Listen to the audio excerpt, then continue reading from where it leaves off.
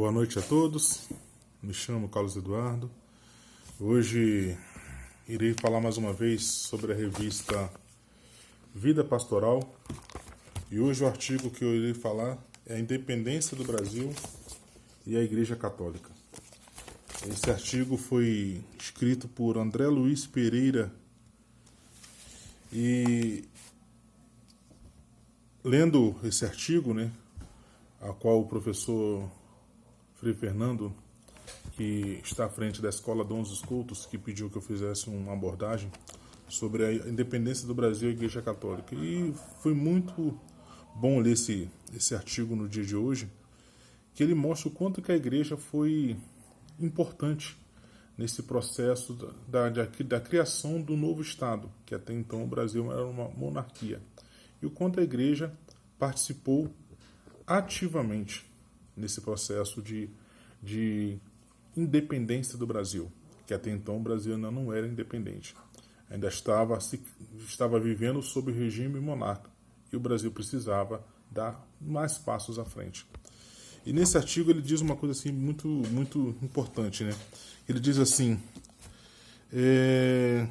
uma das principais contribuições situa-se justamente na preocupação das ordens constitucionais e no fomente do debate político que contraria a visão dos reducionalistas de uma igreja preocupada apenas com uma agenda moralista e conservadora. Então esse artigo aqui ele diz muito, vem muito a calhar, dizendo que a igreja ela participou de forma incisiva e muito importante para esse processo da escrita da nova Constituição, que foi feita em 1824, entendeu? E vendo esse artigo, eu vi o quanto a igreja participava. A igreja, na época, eram 100 deputados. Dos 100 deputados, 22 eram padres.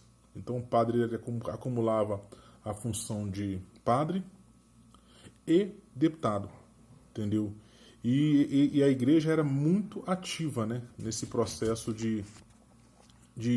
da construção de uma nova Constituição. E o quanto esses padres, na sua época, deram uma contribuição moral, uma contribuição eclesial também. Porque eles não estavam ali só a respeito da igreja, eles estavam representando um povo também.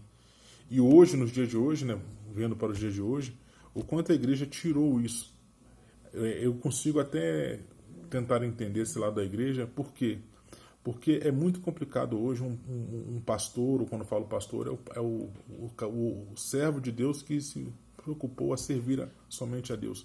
Ele conseguia administrar o povo de Deus e administrar recursos públicos, fazer ser um vereador, ou um prefeito, ou um deputado, ou um senador. É bem complicado essa visão hoje como é que eu falo? O pessoal do clero conseguir acumular essas funções. E uma das coisas que me fez gostar muito dessa colocação, o artigo 102 trata-se de um poder executivo, confere ao imperador o poder de nomear bispos e prover os benefícios eclesiásticos.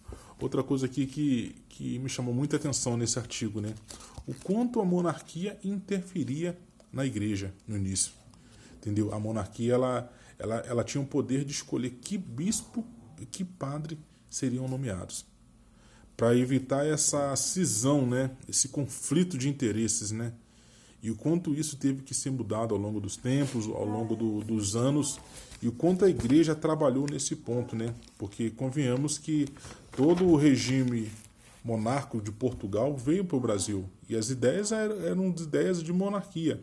Eles tinham o que eles chamam de regalismo, uma política para o Estado de camisa de força e subjugação à igreja, subjugava a igreja. Então, tipo assim, a igreja servia o Estado, não o Estado que servia a igreja.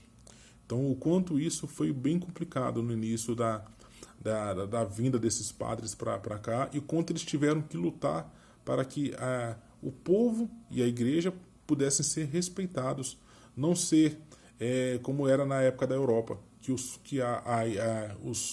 reis, eles que nomeavam cardeais, bispos e até papas, para vocês verem o quanto a monarquia interferia ao longo dos anos no processo da igreja. Vendo também por outro lado, né, eu vi também um artigo aqui que diz assim: o clero também atuou incessantemente nas assembleias constituintes de registro da Constituição de 1924. Entre os 100 deputados, 22 eram padres, como eu tinha colocado, né? Praticamente, vamos botar aqui um terço não, um quinto, vamos botar assim, um quinto eram deputados. Era uma quantidade bem significativa. Mas eram deputados que, além de ser deputados, eram padres. Então eram pessoas que viam a necessidade da sua população, entendeu? Mas isso via muito de encontro aos anseios que a monarquia não gostava, porque a igreja estava se intrometendo onde não era para se intrometer. Mas graças a esses padres e outros padres que vieram depois deles, o quanto essa Constituição conseguiu sair. Foi uma Constituição perfeita? Não. Teve muitos problemas, com certeza deve ter tido, que eu ainda não tive tempo para dar uma lida nessa Constituição. Mas o Brasil precisava de uma Constituição naquele momento. O Brasil precisava sair dessa parte de monarquia e entrar numa parte de república, né? E para isso precisa ter esse corte de viés da parte monarca para a parte de republicano que depois foi se adotado, né? Outro tema aqui que eu gostei muito de ver, né? Sendo escolhido como representante dos eleitorados, não foram eleitos, mas eram padres que também tinham ideias políticas compatíveis com o senso comum dos eleitores, como eu tinha bem colocado. Os padres que foram colocados à frente como é que eu posso dizer, do Congresso, vamos botar essa palavra, né? Eram padres que realmente eram padres que viam o anseio do povo. É uma pena que hoje, infelizmente, muitos políticos, né, que nós elegemos, somos nós que colocamos eles lá, não tem esse anseio, entendeu? Eles têm um anseio por si só. Eles não conseguem ter essa visão de entender a realidade de cada comunidade e tentar melhorar aquilo que pode melhorar. Sabemos que não pode melhorar tudo, né? Mas eu gostei muito do artigo, tá, Frei Fernando? Porque me fez enxergar uma igreja que eu pensava que ela não era tão atuante no início da República.